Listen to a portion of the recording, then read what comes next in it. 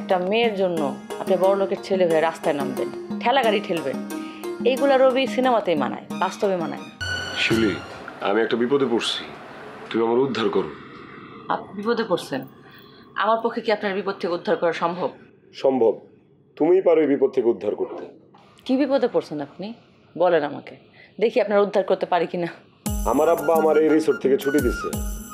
এখন থেকে আব্বার যত ব্যবসা বাণিজ্য আছে সব আমার দেখা লাগবে। কারণ কারণ এখন থেকে আব্বাই এই রিসোর্টে থাকবে এবং দেখাশোনা করবে। এটা কোনো বিপদ হইল? আচ্ছা, আপনি বড় হয়েছেন না, আপনার বাবার ব্যবসা তো আপনাকে দেখতে হইব, তাই না? অন্যজনের হাতে গেলে তো কেউ এটা নষ্ট করে দিতে পারে, ভোগ করতে পারে। এটা আপনার হাতে গেলে সবচেয়ে ভালো থাকবে। এটা আপনার জন্য বিপদ না, আপনার জন্য প্রমোশনই হয়েছে। নগদে 500 টাকা বা তার বেশি পেমেন্টে পেতে পারেন ঢাকায় জমিসহ 20 কোটি টাকার পুরস্কার। প্রমোশন না ছাই, আব্বা আমারে তোমার থেকে দূরে সরানোর জন্য এই খেলাটা খেলতেছে। সে জানছে যে আমি তোমার ভালোবাসি। আমি যা বলছিলাম, আপনি একজন শিল্পপতির ছেলে আর আমি একজন গরিবের মেয়ে। আপনার আব্বা চাবে কেন একজন গরিবের মেয়ের সাথে আপনার বিয়ে হোক? আপনার আব্বা তো চাইবে আপনি একজন যেহেতু শিল্পপতির ছেলে, অবশ্যই একটা শিল্পপতির মেয়ের সাথে আপনার বিয়ে হবে, তাহলে আপনাদের ব্যবসা আরো উন্নতি হবে, আরো শক্ত হবে। আপনি কেন আমার এগুলোর মধ্যে জড়াইলেন কন্ত? আপনার আব্বা মনে করতেছে আপনার আমি নানা ধরনের প্রলোভন দেখায় হাত করছি। বেশি বুঝো না তো, আমি আব্বারে বলছি যে শিউলি আমারে পছন্দ করে না। তুমি যা ভাবছো তা না। কিন্তু আপনার আব্বা তো সেটাই বিশ্বাস করে বসে রয়েছে, আমার সম্পর্কে একটা বিরূপ ধারণা পোষণ করতেছে। সেটা তো করা স্বাভাবিক, তাই না? আমি যে পরিবেশ থেকে উঠে আসছি, এই পরিবেশ থেকেই লেখাপড়া জানা একটা ছেলেকে আমি বিয়ে করব। এত সহায় সম্পত্তি যাদের আছে তাদের সাথে আমার কোনোদিনই মিলবে না। লেখাপড়া তো আমিও জানি, এখন তাহলে কি করবো বলো? আমি আমার আব্বার সব ধন সম্পত্তি যা যা আছে সব ছেড়ে ছুড়া তারপর অতি সাধারণ হয়ে তোমার কাছে আসবো, তারপর তুমি আমার মেনে নিবা? শোনেন, নদীর যে স্বাভাবিক গতিটা আছে তারা যদি আপনি বাধাগ্রস্ত করেন তখনই অনেক ক্ষতি হয়। নদীর স্বাভাবিক গতিতে নদীটা চলতে দেন, নদীর আটকাইতে গেলে বিপদে পড়বেন। বন্যা, খরা, আরও কত কী হইব দেখেন। ঠিক তেমনি মানুষের ক্ষেত্রেও একটা মেয়ের জন্য আপনি বড় লোকের ছেলে হয়ে রাস্তায় নামবেন, ঠেলা গাড়ি ঠেলবেন, এইগুলা রবি সিনেমাতেই মানায়, বাস্তবে মানায় না।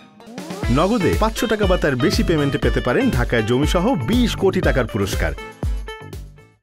শিউলি, তোমার সাথে আমি জীবনেও কথায় পারবো না। তুমি এমন ভাবে উদাহরণ সেট করো তাতে আমার মাথা মতো সব আউলায় যায়। তোমার কথাবার্তা এরকম সামনাসামনি শুনতে শুনতে আমি এক প্রকার পাগল হয়ে গেছি। তোমার ছাড়া আমার চলবো না। চলবো না বললে তো হবে না।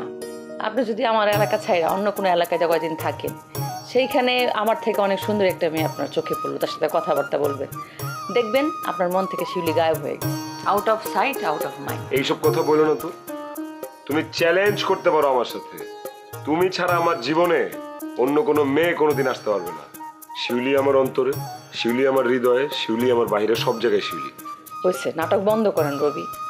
দয়া করে আপনার আব্বার কাছে আমার ছোট করবেন না, এটা আমার অনুরোধ।